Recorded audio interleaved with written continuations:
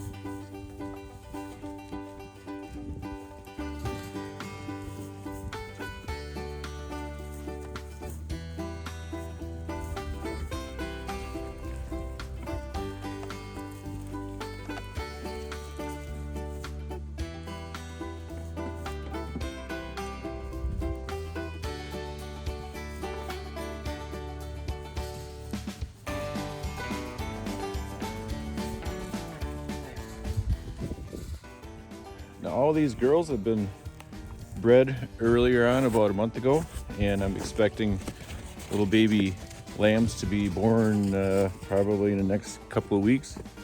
So what I like to do is come into their pen and check out their buildings, make sure they've got enough bedding.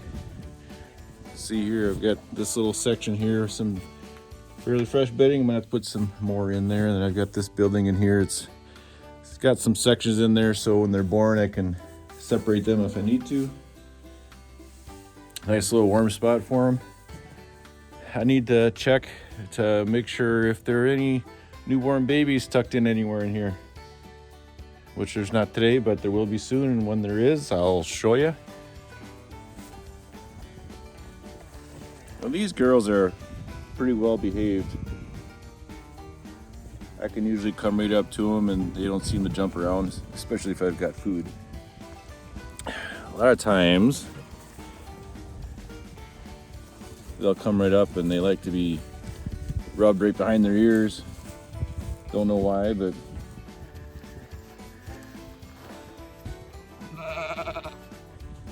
now these are all ewes, so the females, and I think either the male doesn't like me or I just seem to always have a target on me, but he's always coming after me and trying to ram into me, I guess, hence the name Ram. But they really pack a punch, they'll knock you completely over, and if you're around little kids, you got to keep the kids away because it can actually hurt people. I've seen them actually ram into the broadside of one of these sheep and completely throw him into a fence. It's always good to get the breeding male away from these girls when they're getting towards the end of the pregnancy stage. We're gonna give birth, reduce the stress for these girls. Super easy to take care of. I'm pretty impressed. I've never raised sheep before until these last few years. The winter time is the toughest part because you gotta supply their food around here because grass isn't growing. But during the summer, as long as they've got grass to eat, they really don't go very far. I can turn them loose on my lawn if I want to, and I just every once in a while glance out to make sure they're not going too far. But otherwise, if I need them to come back into the pen, I just rattle that feed pail and they come running. So they're pretty easy to manage. Kids love coming over and watching them, especially when the babies arrive. This is just one example of the animals you can consider raising if you have a place of your own.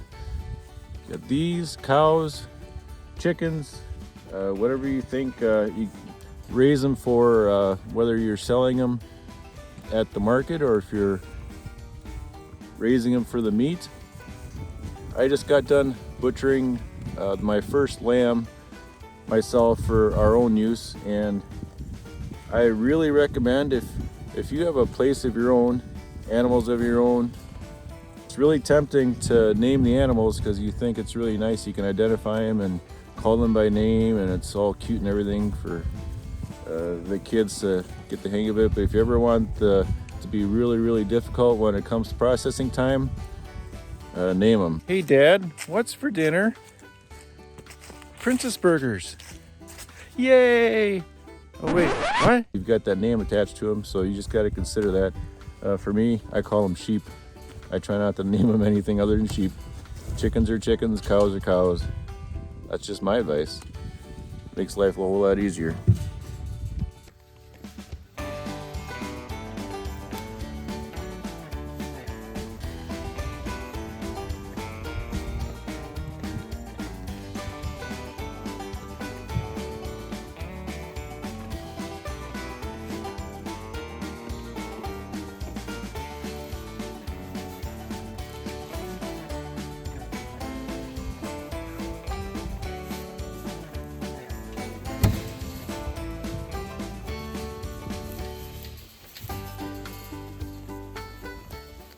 So I'd encourage you folks, if you're looking for an animal to raise, these sheep are pretty nice. They do have the wool that you have to have sheared off, and I hire a local guy who does it for everybody in the surrounding area. Does it for me.